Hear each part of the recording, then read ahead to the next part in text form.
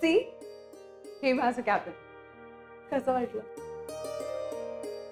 आणि मला जे काही डिसिजन्स घ्यायचे असतात ते या खुर्चीत बसून तू घेतेस. येस, इथे बसून घेते. बरं सांग ना, तू काय घेणारस? चहा, कॉफी, समथिंग कोल्ड? काही झालं? काही? हॅलो. बोला, मी आत्ताच आले, आत कॅबिन मध्ये आले. काय झालं? आता आले आले आले आले. ऐक ना जरा वेळ थांबशील इथे? मी येऊ पटकन. कुठे चाललीस? हेच आहे, आलेच मी. बस मी आले. अरे मी तर या मुंबईवर राज्य करणार आहे. राज्य अपना भी दिन आएगा. बुडाखाली गाडी, राहायला करोडोंचा बंगला, डोक्यावर असं महागडं झुंबर, पायाखाली अशी मखमली गालीचे आणि बरोबर एक सुंदर बायको.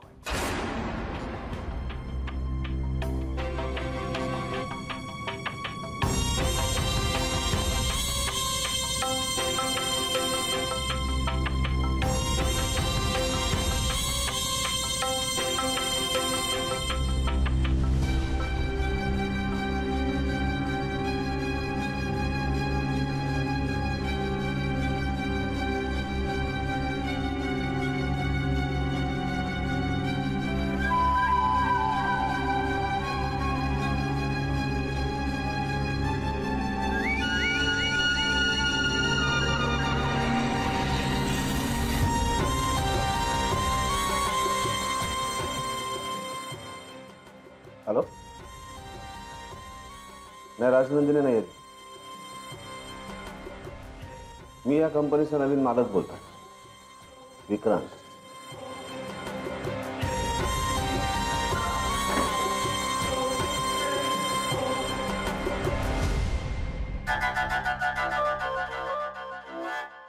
दादासाहेब, तुम्ही होतात कुठे? जालिंदरला भेटायला गेला. जालिंदरला? त्याला का भेटायला गेलात तुम्ही? तो खोटा माणूस आहे दादासाहेब. नंदिनी, तो गजा कुठे आहे? गजा कॅबिन मध्ये आहे. त्याला ऑफिस दाखवायला घेऊन आले होते आज. ओके, ठीक आहे. पण दादासाहेब, तुम्ही जालिंदरकडे का गेला होता? त्यांनी काही पुरावे दाखवलेत मला. नंदिनी, तो खोटा नाहीये. काय? अगं, त्याच्या ऑफिस मध्ये काहीतरी घोळ झालाय. कोणीतरी त्याच्या वतीने ते अग्रीमेंट मेहताला पाठवलं. कोणी? त्याचा शोध सुरू आहे. हो. हे बघ नंदिनी, मी परांजपेंना कल्पना दिलेली आहे. तू त्यांच्याबरोबर बसून ते अग्रीमेंट तयार करून घे. आपल्याला जालिंदर सोबतच टाइप करायचं आहे. पण दादासाहेब, माझ्यावर विश्वास नाही आहे का तुझा? अर्थात आहे. मग मी म्हणतो तसं कर. Okay okay. मी आलोच त्याला भेटून. कोणाला? गजेंद्रला. मग मी पण येते ना बरोबर? नाही नाही, नको. अगं, तू अग्रीमेंट तयार कर. पूर्वी जसं केलं होतंस ना, अगदी तसंच तयार कर. मी आलोच भेटून. पण दादासाहेब, अगं सहज भेटतोय त्याला. आज पहिल्यांदाच आलाय ना ऑफिसला. होय. तुम्ही काम सुरू करा, मी आलोच. मॅम, मी पेपर घेऊन येतो. हो.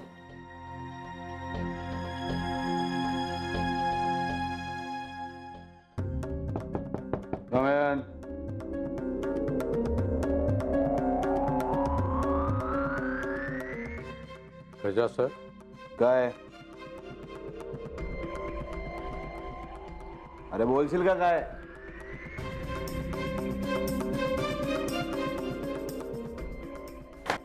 सॉरी सॉरी दादासाहेब, मी गंमत म्हणून बसलो होतो खुर्चीत. ए, तुझी लायकी सुद्धा नाही त्या खुर्चीवर बसण्याची.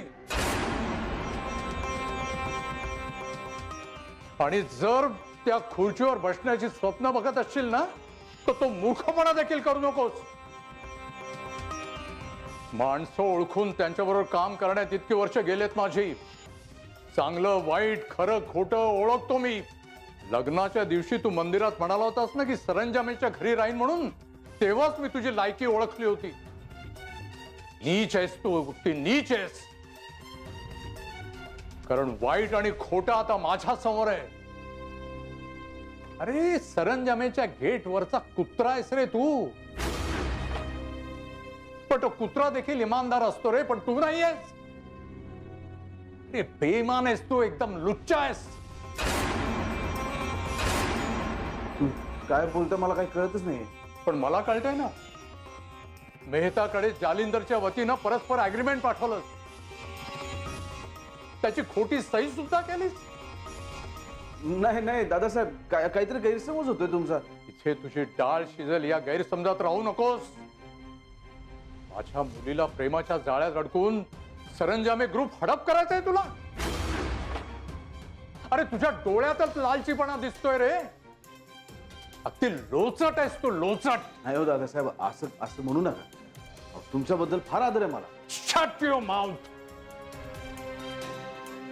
माझ्या बिझनेस मध्ये आणि घरात शिरकाव करण्याचा तुझा डाव असेल ना, तो विसर. आणि जर तू तसा प्रयत्न केलास तर गाठ माझ्याशी आहे गजा पाटील.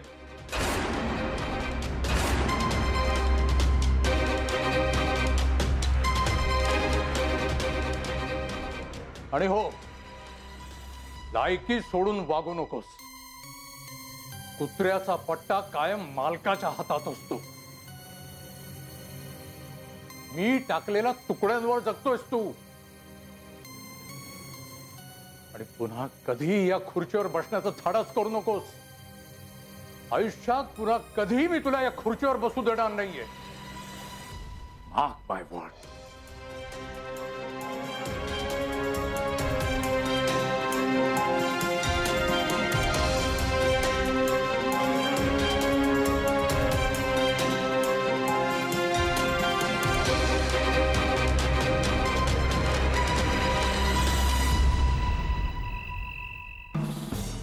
माझ्या बिझनेस मध्ये आणि घरात शिरकाव करण्याचा तुझा डाव असेल ना, तो विसर. आणि जर तू तसा प्रयत्न केला तर गाठ माझ्याशी आहे गजा पाटील.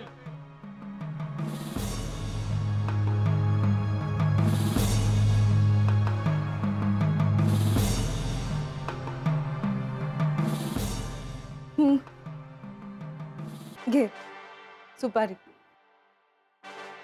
नकोय, अरे घे ना, खरंच छान आहे. खरंच नकोय.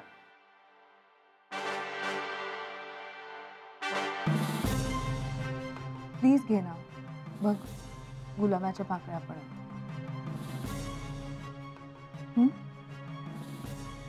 घे, परत मागशील. मी काही मागण्यासाठी किंवा काही मिळवण्यासाठी इथे आलो नाहीये राजनंदिनी.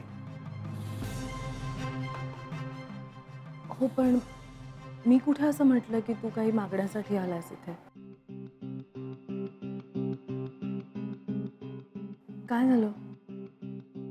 तुला कोणी काही बोललं का? नाही, कोणी काही बोललं नाही. पण काय? हे बघ राजनंदिनी, माझं तुझ्यावर खूप प्रेम आहे. आणि तू ज्यांच्यावर प्रेम करतेस त्या सगळ्यांवर माझं प्रेम आहे. तुझे दादासाहेब, बाईसाहेब, तुझं जयडू, सगळ्यांवरती. माहिती आहे रे मला. पण तुझ्या घरच्यांना मी आवडत असेल का? ही शंका यायचा काही प्रश्नच नाही. तू घरच्या सगळ्यांनाच आवडतोस. नाही, आणि त्यांना आवडत नसेल तरी त्यांची काही चूक नाही आहे राजनंदिनी. मी रस्त्यावरून आलेला माणूस आहे. आपली बरोबरच होऊ शकत नाही. आणि तू हे सगळं काय बोलतोस? तू मला सांग, तुला कोणी काही बोललंय का? असं कोणी बोललं नाही राजनंदिनी. पण तू वागण्यात मला प्लीज स्पष्ट काय ते सांगणार? माझ्याकडे सरंजामे ग्रुपसाठी एक फार आव्हानात्मक असं प्रोजेक्ट आहे. म्हणजे सरंजामे ग्रुपसाठीच तयार केलंय. म्हणजे खूप इंटरेस्टिंग आहे. म्हणजे ते जर पूर्ण झालं ना तर आपला फायदाच फायदा आहे. वाव, मग तू दादासाहेबांशी बोल, ते नक्की अप्रिशिएट करतील. सांगितलं मी त्यांना. ते मला म्हणाले की तू बिझनेस पासून लांब राहा. ते असं म्हणाले? ते असं का म्हणतील? ते मला माहीत नाही. मला म्हणाले की सरंजामे ग्रुपचे सगळे निर्णय राजनंदिनी घेते, तेव्हा तिचं ती काय ते ठरवते. तू या सगळ्यात पडू नकोस, तू तुझं काम कर. ओह,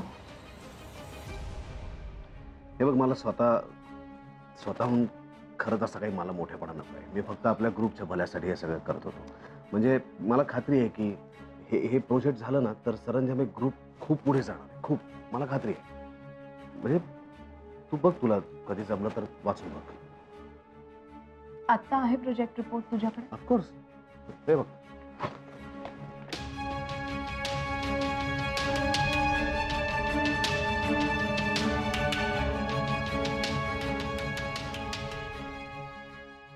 म्हणजे तू बघ हा, एकदा नीट नजरे खालनं घाल आणि तुला वाटलं तर तू निर्णय घे. म्हणजे माझा आग्रह नाही.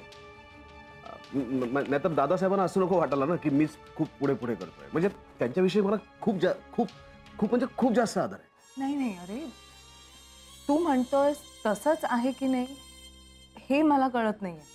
तरी मी बोलते दादासाहेबांशी. नाही, त्यांच्याशी बोलण्याची खरंच काही गरज नाहीये. म्हणजे ते माझ्या गुरुस्थानी आहेत. मी आपलं जास्त. विक्रांत, ज्याचा मान त्याला मिळायलाच हवा. नाही, माझ्या मानपानाचं काय ग? माझ्या मानपानाचं काय नाही. तसं असतं तर मी इथे राहायला चालू नसतो. राजनंदिनी, माझं फक्त तुझ्यावरती खूप खूप प्रेम आहे आणि मला आयुष्यात फक्त दादासाहेबांचा आशीर्वाद हवाय. बस, मला बाकी दुसरं काही नको. आय नो, माझा विश्वास आहे तुझ्यावर, खरंच. यू लेट मी हँडल दिस.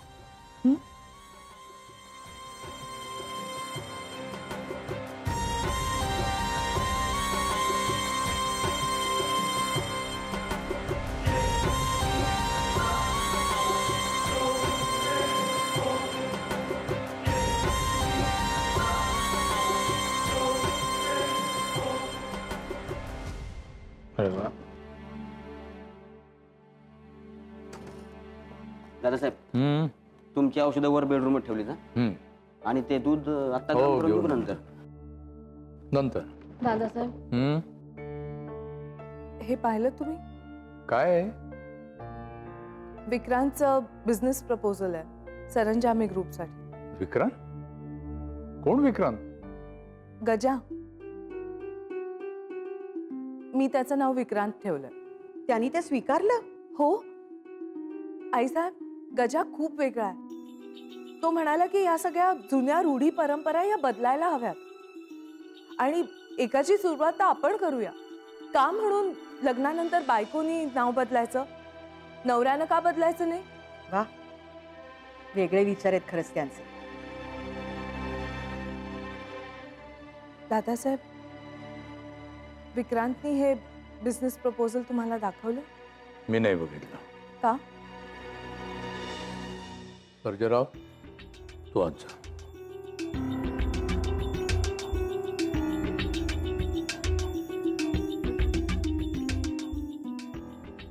नंदिनी, मी या कंपनीचा मालक आहे. तूही ही कंपनी CEO म्हणून चालवतोस. एक CEO म्हणून मी तुझ्याशी बिझनेस टर्म्समध्ये बोलेन, बाकी कुणाशी काही बोलणार नाही. विक्रांत तुमचा जावई आहे दादासाहेब. आहे ना, घरात. कंपनीत तो एक फक्त नवीन एम्प्लॉई आहे. त्यामुळे बिझनेस प्रपोजल डायरेक्ट माझ्याकडे घेऊन येण्याचा काहीच संबंध नाहीये. तो माझा नवरा. Getting emotional Nandini. अहो, तुम्ही तिचं ऐकून तर घ्या. नियम म्हणजे नियम. नंदिनी, या कंपनीत येताना मी तुला पहिला धडा दिला होता की बिझनेसमध्ये कुठलीही इमोशन्स आणायची नाही. ठाऊक आहे ना नंदिनी तुला? हा प्रोजेक्ट नीट वाच, त्याचे फायदे तोटे याचा नीट अभ्यास कर. तुला जर ओके वाटलं तर माझ्याकडे घेऊन ये, मग बघेन मी. तुम्ही हे असे का वागता? तुम्ही थोडे कठोर तर होत नाही आहात ना? मी प्रोफेशनली वागतोय. प्रोफेशन आणि फॅमिली या दोन वेगळ्या गोष्टी आहेत. त्यांची सरमिसळ होता कामा नये. आणि नंदिनीला हे ठाऊक आहे. आणि तो गजा, त्याला जावई म्हणून घरी जरूर मान मिळेल, पण बिझनेसमध्ये काही संबंध नाही. हा तुमचा फायनल निर्णय आहे? हो. मग ठीक आहे. मी सुद्धा माझा निर्णय तुम्हाला ऑफिसमध्ये देईन.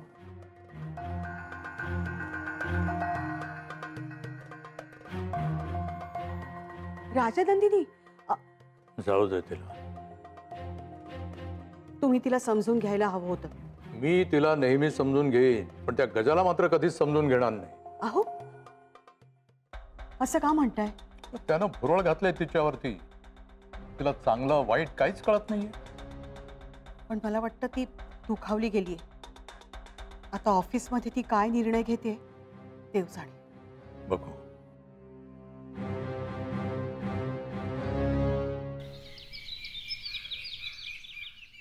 बराच सर आज अचानक कसली मीटिंग आहे?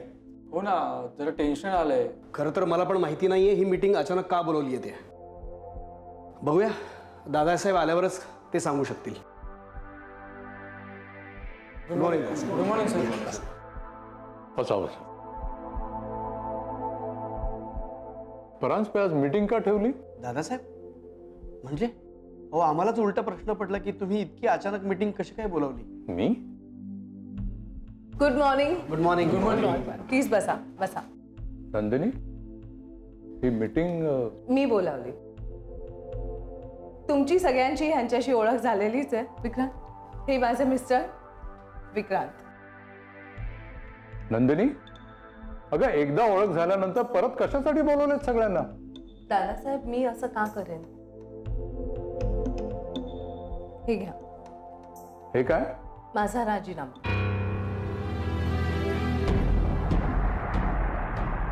राजीनामा? राजनंदिनी, हे काय? मी ऑफिसच्या जबाबदाऱ्यांपासून मोकळी होणार आहे. काय? हो. राजनंदिनी, तुला असं का वाटतंय की मी तुझा राजीनामा स्वीकारेन म्हणून? तुला माहिती आहे राजनंदिनी, तू अचानक अशी जर निघून गेलीस ना तर ऑफिसमध्ये पोकळी निर्माण होईल. आणि कुठलीच पूर्वकल्पना देखील दिली नव्हतीस ग. मला माहिती आहे, माझ्या जाण्यामुळे जी पोकळी निर्माण होणार आहे ती भरून काढण्यासाठी सुद्धा मी एक उपाय शोधून काढला. उपाय? तुझी कमतरता कुणीही भरून काढू शकत नाही. दादासाहेब, माझी कमतरता भरून काढण्यासाठी एक उत्तम व्यक्ती आहे, विक्रांत.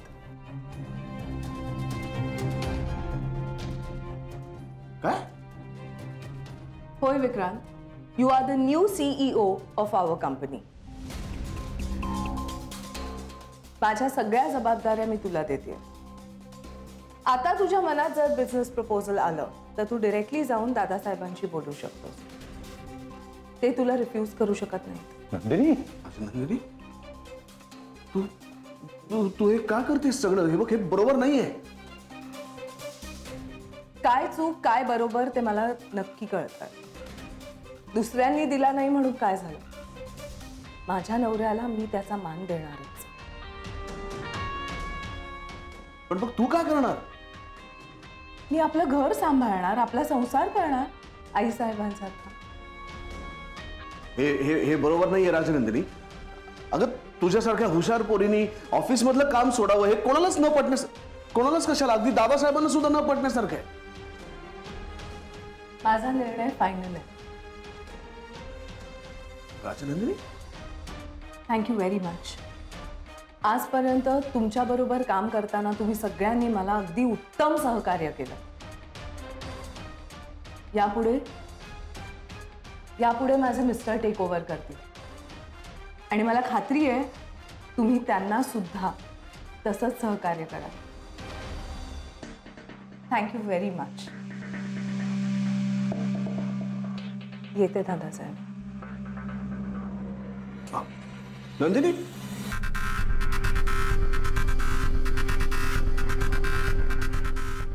हे फारच अनपेक्षित होतं दादासाहेब.